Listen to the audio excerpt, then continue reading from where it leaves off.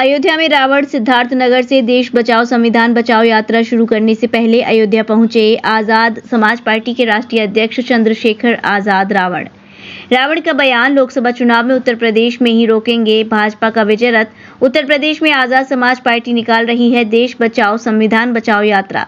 केंद्र सरकार और राज्य सरकार को लेकर जनता को जागरूक करेंगे चंद्रशेखर आजाद, जनता को देंगे टिप्स। आने वाले चुनाव में अपने वोट का करें सही प्रयोग। उत्तर प्रदेश के बाद मध्य प्रदेश और राजस्थान में भी संविधान बचाओ देश बचाओ यात्रा की होगी शुरुआत। केंद्र का रास्ता उत्तर प्रदेश से होकर जाता है। यहां पर भाजपा ज्यादा सीटों पर विजयी है। बीजेपी का विजय रथ उत्तर प्रदेश में ही रोकेंगे, इसकी तैयारी हम लोगों ने कर ली है। धर्म पर हो रही टिप्पणी को लेकर चंद्रशेखर आजाद ने कहा, धर्म आदमी का व्यक्तिगत मसला है, किसी को भी किसी धर्म का अपमान करने का अधिकार नहीं, लेकिन राजनीति में जब भी धर्म जुड़ जाएगा तो वास्तविक मुद्दे दूर हो जाएंगे।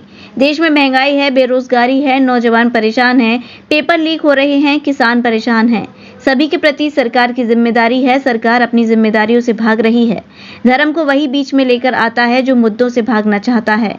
हम सरकार को मुद्दों से भागने नहीं देंगे।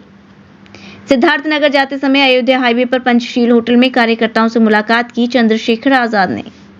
आप अभी तो आप अयोध्या पहुंचे हैं, सिद्धार्थनगर का क्या पूरा कहना है? देखिए, सिद्धार्थनगर से क्योंकि वो नेपाल का बॉर्डर और हमें संविधान बचाओ देश बचाओ यात्रा शुरू करनी है, तो पहली जो संविधान बचाओ देश बचाओ यात्रा जो जिलों वाइज शुरू होगी, उत्तर प्रदेश में वो सिद्धार्थनगर में आज उसका पहला चरण जो है ना, जो यात्रा का वो सिद्धार्थनगर शुरू होगा और लगभग 70 किलोमीटर की यात्रा रहेगी। इसमें काफ़ी जो कस्बे पड़ेंगे उधर वहाँ पैदल मार्च होगा। जागरूकता अभियान के तौर पे जनता को जागरूक किया जाएगा। जो आज हालात जो है केंद्र की और स्टेट की सरकार ने उत्तर प्रदेश में बना दिए, जनता इस हालातों को समझे और इनसे बाहर निकलने के लिए आने वाले समय में अपनी वोट का सही प्रयोग करें। उसके बाद मध्य प्रदेश राजस्थान में भी हमारी यात्रा संविधान बचाओ देश बचाओ यात्रा शुरू हो रही है अलग अलग डेटों में। तो उत्तर प्रदेश में क्योंकि मेरी जिम्मेदारी यात्रा शुरू कराई जाए, क्योंकि उत्तर प्रदेश बड़ा सूबा है और केंद्र का रास्ता जो है वो उत्तर प्रदेश से होकर जाएगा और यहाँ भारतीय जनता पार्टी मैक्सिमम सीटों पे विजयी है। तो बीजेपी का विजय रथ जो है हम लोग उत्तर प्रदेश में रोकेंगे, उसकी तैयारी हम लोगों ने कर ली। लेकिन देखा जाए अगर आप इस समय अयोध्या में आज का इसमें जो देखा जा रहा है कि जो राजनीति है अब कहीं ना कहीं धर्म को लेकर हो गई, तमाम विवाद खड़े हो रहे हैं, चाहे रामचरितमानस को लेकर कहा जा रहा है, तो अब सनातन धर्म को लेकर आप क्या मानते हैं? मैं फिर ये कहूँगा कि धर्म आदमी का व्यक्तिगत मसला है। कोई किसी धर्म को मानता है, कोई किसी धर्म का अपमान करने का अधिकार किसी को नहीं, लेकिन राजनीति में जब भी धर्म जुड़ जाएगा तो आपके वास्तविक मुद्दे दूर हो जाएंगे। आज महंगाई है, बेरोजगारी है, आज जो है कास्ट एट्रोसिटी हो रही है, आज तमाम तरह से जो है नौजवान परेशान है, पेपर लीक हो रहे हैं, दरोगा भर्ती में आप देखो, 69 शिक्षक भर्ती में आप देखो। सरकार की जिम्मेदारी है किसानों के प्रति, नौजवानों के प्रति, महिलाओं के प्रति, लेकिन सरकार अपनी जिम्मेदारियों से भाग रही है और धर्म वही बीच में लेके आएगा जो मुद्दों से भागना चाहता है। हम सरकार को मुद्दों से भागने देंगे।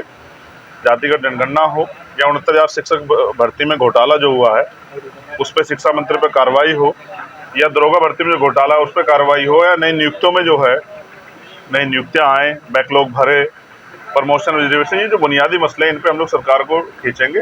नौजवान परेशान घूम रहा है पढ़ा लिखा, सरकार जवाब देने को तैयार नहीं, तो हम मुद्दों पे रहेंगे और सरकार को भागने देंगे। सरकार ने बहुत वादे किए थे, किसानों की आमदनी दुगनी हुई, बिजली का बिल आधा हुआ, किसानों की बिजली माफ हुई, ये सब चीज़ों का जवाब जो है ना सरकार को देना पड़ेगा। लेकिन इसमें जिस तरह से देखा जाए योगी सरकार ने कानून व्यवस्था को लेकर दावे किए जा रहे हैं और तमाम घटनाएं भी सामने आ रही हैं। मेरे मित्र, आप लोग हंसोगे, मैं कानून व्यवस्था का सबसे बड़ा प्रमाण नहीं खड़ा हूँ, मेरी पीठ पे गोली लगी हुई है। ये उत्तर प्रदेश की कानून व्यवस्था का जीता जागता सच है और आप शायद हिम्मत ना जुटा पाए, मगर मुख्यमंत्री को बताना चाहिए कि जिस जहाँ पार्टी के राष्ट्रीय अध्यक्ष पे गोली चल रही है उस उत्तर प्रदेश में कानून व्यवस्था कितनी अच्छी है। तो ये आपके सामने है, आप इस बारे में कहेंगे तो मुझे लगता है पूरी सरकार ही गिर जाएगी। छोड़िए, कानून व्यवस्था का आलम ये है कि बहन बेटी रात के अंधेरे में बाहर नहीं निकल सकती घर से। उत्तर प्रदेश का ये हाल हो गया और आम आदमी से ज़्यादा सड़क पे आप चलोगे, ये नहीं पता आप सही सलामत घर पहुंच जाओ, क्योंकि पशु सड़क पे इस तरह घूम रहे हैं, कहाँ हादसे के शिकार हो जाओ आप बता नहीं सकते और सरकार से सवाल नहीं कर सकते। लोकसभा के लिए आप कितना तैयार हैं? लोकसभा के लिए आज़ाद समाज पार्टी मेहनत कर रही है यही संविधान बचाओ यात्रा जो है लोगों में जागरूकता पैदा करेगी और वंचित तबकों को जोड़ने का काम करेगी। अयोध्या को लेकर क्या दावे हैं? जिस तरह से भी कहीं ना कहीं योगी सरकार का दावा है कि अब अयोध्या सजा रही है, तो कहीं ना कहीं अयोध्या पर वो अपना एक अधिकार जता पूरा उत्तर प्रदेश ही सजना चाहिए, लेकिन उत्तर प्रदेश तब सजेगा जब उत्तर प्रदेश का नौजवान, किसान, महिलाएं, कमजोर तबका खुशहाल होगा, जब रोजगार होगा, जब जो है लोगों की आमदनी बढ़ेगी। महंगाई तो खूब बढ़ रही है, सरकार को सोचना चाहिए कि लोग खुशहाल कैसे हैं। भारत और इंडिया क्या कहना चाह रहे हैं? देखिए, इंडिया दैट इज भारत, और मैं ये कहता हूँ जब ये कॉन्स्टिट्यूशन एस्टेब्लिश्ड हुआ तब से हम लोग इसको सुनते आ रहे हैं। आज सरकार इन पे जो है इन मुद्दों पे चर्चा कर रही है, लेकिन इनसे भी ज़्यादा मुद्दों पे चर्चा होनी चाहिए। चाहे वो इंडिया अलायंस बनाओ जिसके बारे में सरकार बोल रही है, उस अलायंस को भी मुद्दों बात करनी चाहिए, सरकार को मुद्दों बात करनी चाहिए। सच ये है कि बहुत सारी सरकारें उत्तर प्रदेश में और देश में रही, लेकिन अभी तक बुनियादी मुद्दे यानी कि रोटी, कपड़ा, मकान की व्यवस्था भी आम आदमी के लिए नहीं हो पाई। आप अपने क्षेत्रों में जाकर देखोगे, आज भी कच्चे मकान मिल जाएंगे, आज भी आपको ऐसे घर मिल जाएंगे जिन पे इलाज के लिए पैसे नहीं है, जिन पे अपने बच्चों को पढ़ाने के लिए पैसे नहीं है, जिन पे शादी करने के लिए पैसे नहीं है। ये जो बुनियादी मुद्दा, हम चांद पे जाने की बात कर रहे हैं, बहुत अच्छी बात है, गर्व होता है कि हम चांद पे चले गए, लेकिन यहाँ जो देश में अभी जो है, जो कमजोर लोग, जो गरीब लोग परेशान है, उनके बारे में सरकार को सोचना चाहिए। आप समर्थन करते हैं भारत?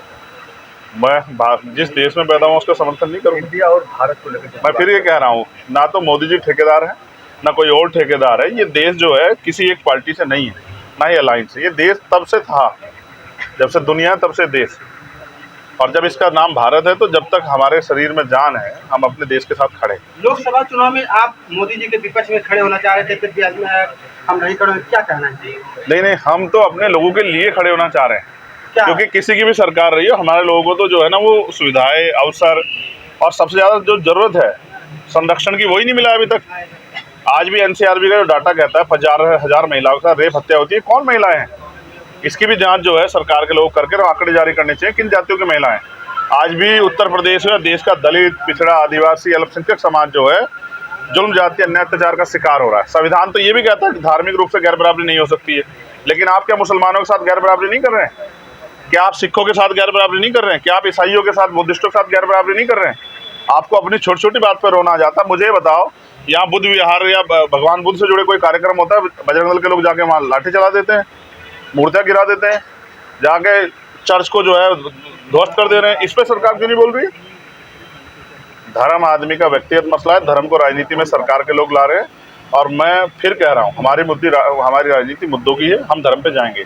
एलायंस के साथ लड़ेंगे कि अकेले लड़ेंगे? ये पार्टी का फैसला। नेताजी, कर्नाटक के गृह मंत्री उन्होंने बोला है कि बौद्ध धर्म, जैन धर्म पहले से था, हिंदू धर्म का कोई वो नहीं। मैं फिलोसफर नहीं, ये तो आप अगर आपने इतिहास ब्राइडल लहंगों पर 50% तक की छूट, साड़ी पर 20 से लेकर 60% तक की छूट। जी हाँ, एक बेहतरीन सेल प्रारंभ 21 मई से आपके लिए new sari and readymade emporium लेकर आया है बेहतरीन कलेक्शन, वो भी जबरदस्त छूट के साथ।